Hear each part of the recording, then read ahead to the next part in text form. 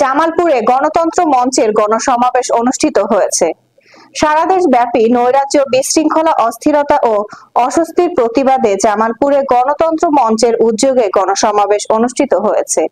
আজ রবিবার বিকালে জামালপুর কেন্দ্রীয় শহীদ মিনার প্রাঙ্গণে গণতন্ত্র মঞ্চ আয়োজিত সারা দেশব্যাপী নৈরাজ্য, বিশৃঙ্খলা, অস্থিরতা ও অস্বস্তির প্রতিবাদে গণসমাবেশ অনুষ্ঠিত হয়।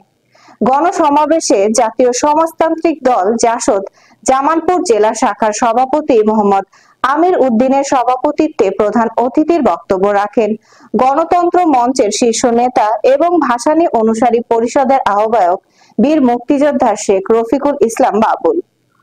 অন্যান্যদের মধ্যে বক্তব্য রাখেন ভাসানী অনুসারী পরিষদ জেলা শাখার আহ্বায়ক বীর মুক্তিযোদ্ধা হাসানুজ্জামান তালুকদার, জাতীয় সমাজতান্ত্রিক দল জাসদ জেলা শাখার সাধারণ সম্পাদক অ্যাডভোকেট তাজউদ্দিন সবুজ, যুগ্ম সাধারণ সম্পাদক কবির আশরাফ আলী, ভাসানী অনুসারী পরিষদ জেলা শাখার সদস্য সচিব মাহবুবুর রহমান খান দীপু।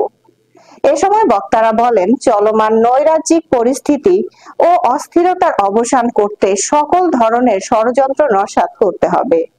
দখলদারিত্ব, চাঁদাবাজি, লুটপাট এবং অপশক্তির বিরুদ্ধে সোচ্চার এবং পতিত সরকারের ষড়যন্ত্রের বিরুদ্ধে সকল ধরনের ঐক্যবদ্ধ থাকার আহ্বান জানান।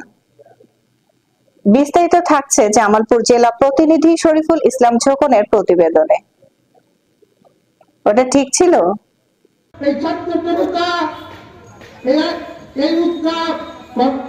আবার ফিরিয়ে নিয়ে আসার যে পরিকল্পনা দিচ্ছেন, তাদের দেশের অর্থ পাচার হয়ে যান, বাংলাদেশের মানুষ চায় না আমাদের জুলাই আগস্টে সেই মহান অভ্যুত্থান অসাম্প্রদায়িক বাংলাদেশ প্রতিষ্ঠা করার জন্য গণতন্ত্র মঞ্চ শেষে আপনারা ভালো থাকবেন। সবাইকে ধন্যবাদ।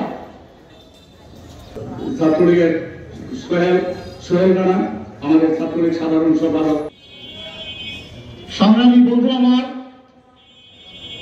আজকের যে সরকার দৃঢ় হস্তে অবশ্যই এই জুলাই আগস্টের অভ্যুত্থান ভাসানের জন্য জীবন উৎসর্গ করেছিলেন, তিনি ছাত্র নেতা। আজকের এই ছোট সমাবেশ থেকে বলতে চাচ্ছি, আমরা আর কোন রাজনৈতিক দলকে আমরা ক্ষমতায় বসাতে চাই না। আমরা এই গণতন্ত্র